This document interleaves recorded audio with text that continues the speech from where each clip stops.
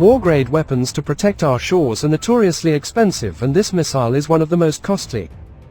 The missile that costs £51 million every time one is fired.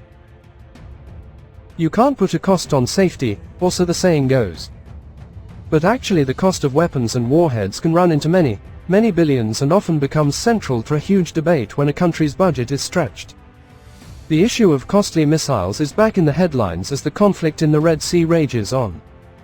UK and US naval forces managed to repel Yemen's Houthi rebels in the Red Sea, according to Defense Secretary Grant Shapps. The United States military's Central Command CENTCOM has said it shot down 18 drones launched by Yemen's Houthi rebels over the southern Red Sea. The armed group's 26th attack on international shipping lanes in the last 7 weeks. Working with forces from the United Kingdom, CENTCOM said 2 anti-ship cruise missiles and 1 anti-ship ballistic missile were also brought down. The Houthis launched a complex attack of Iranian-designed one-way attack UAVs, anti-ship cruise missiles, and an anti-ship ballistic missile from areas in Yemen controlled by the Iran-aligned rebels into the southern Red Sea, CENTCOM said in a statement on Wednesday. The attack was the 26th by the Houthis on shipping lanes in the Red Sea since November 19, when it hijacked the Galaxy Leader, a vehicle carrier that was on its way from Turkey to India. CENTCOM said fighter jets from the Dwight D. Eisenhower aircraft carrier and 4 destroyers, including one from the UK, took part in the operation. UK Defense Secretary Grant Shapps said that the HMS Diamond, along with US warships, repelled what he called the largest attack by the Iranian-backed Houthis in the Red Sea to date, destroying multiple attack drones with her guns and Sea Viper missiles. Military analyst Michael Clark says that he would expect nothing less from the Sea Viper missiles, costing £1 million each. He said that when a Sea Viper is fired, it seems to explode out of the deck, adding, "and it doesn't miss."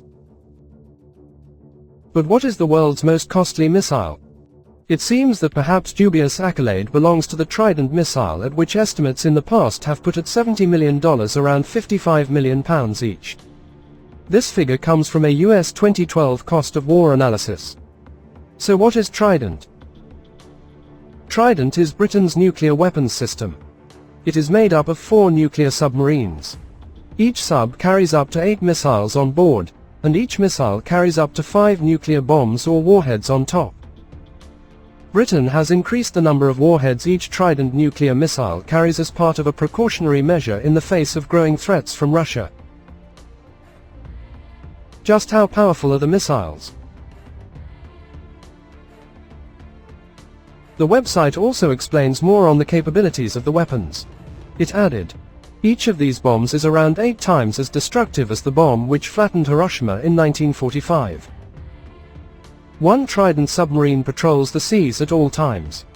And according to reports, Britain has now increased the number of warheads each Trident nuclear missile carries as part of a precautionary measure in the face of growing threats from Russia."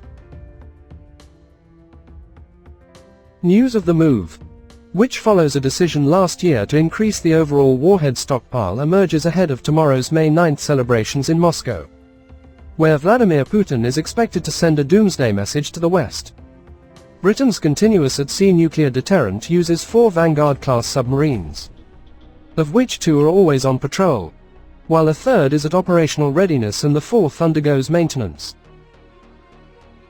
Following the 2010 defense review, it was decided that each armed boat be allowed to carry a maximum of 40 warheads to be distributed unevenly among 8 D-5 missiles.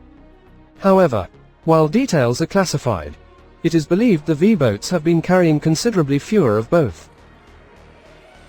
Last year, Defense Secretary Ben Wallace announced a significant shift in Britain's nuclear posture by announcing the number of nuclear warheads in Britain's arsenal would increase by 40% to 260. Most of the warheads, which are manufactured in Britain, have a yield of 80 to 100 kilotons, the equivalent of TNT 5 or 6 times greater than the Little Boy atomic bomb dropped on Hiroshima. The move, announced as the integrated review dubbed Russia Britain's most acute threat, reversed a decision which was to have seen the number of warheads reduced from 195 to 180. But it was not until Vladimir Putin ordered his troops into Ukraine that steps began to be taken to increase the nuclear payloads carried by the Trident fleet. Sources have confirmed in a statement made just days after the February 24 invasion. The Russian leader warned that any nation that considered interfering from outside would face consequences greater than any you have faced in history. He placed Russia's nuclear deterrent on high alert, test-fired a new Satan II missile which can carry 15 warheads and has a range of 11,000 miles. Since then, primetime broadcasts on state-owned channels have continued to suggest that Russia would use nuclear weapons against countries who supported Ukraine.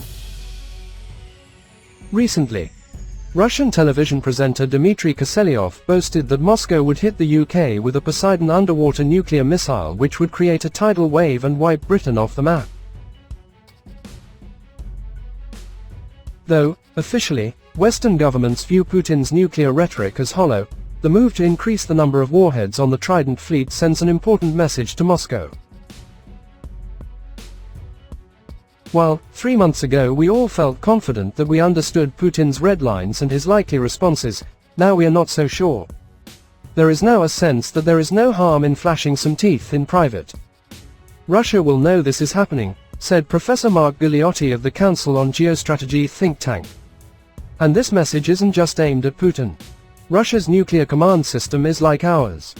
Putin has a Chege, or nuclear briefcase, which is carried everywhere and from which orders to his strategic command are sent. The question is, would members of Putin's high command blindly obey orders to launch nuclear missiles? An event which could see the motherland bathed in thermonuclear fire is the kind of thing that could trigger a rethink. And there are opportunities whereby some senior members could demand a triple confirmation. This is about making those people aware of potential jeopardy. What next for Trident and its missiles? In a vote in July 2016, the House of Commons approved the decision to maintain the UK's nuclear deterrent beyond the early 2030s. After almost a decade of work on the project, that vote enabled the program to move forward into its manufacturing phase. This will see the construction of 4 new Dreadnought-class ballistic missile submarines entering service in the 2030s. And according to reports, Britain has now increased the number of warheads each Trident nuclear missile carries as part of a precautionary measure in the face of growing threats from Russia.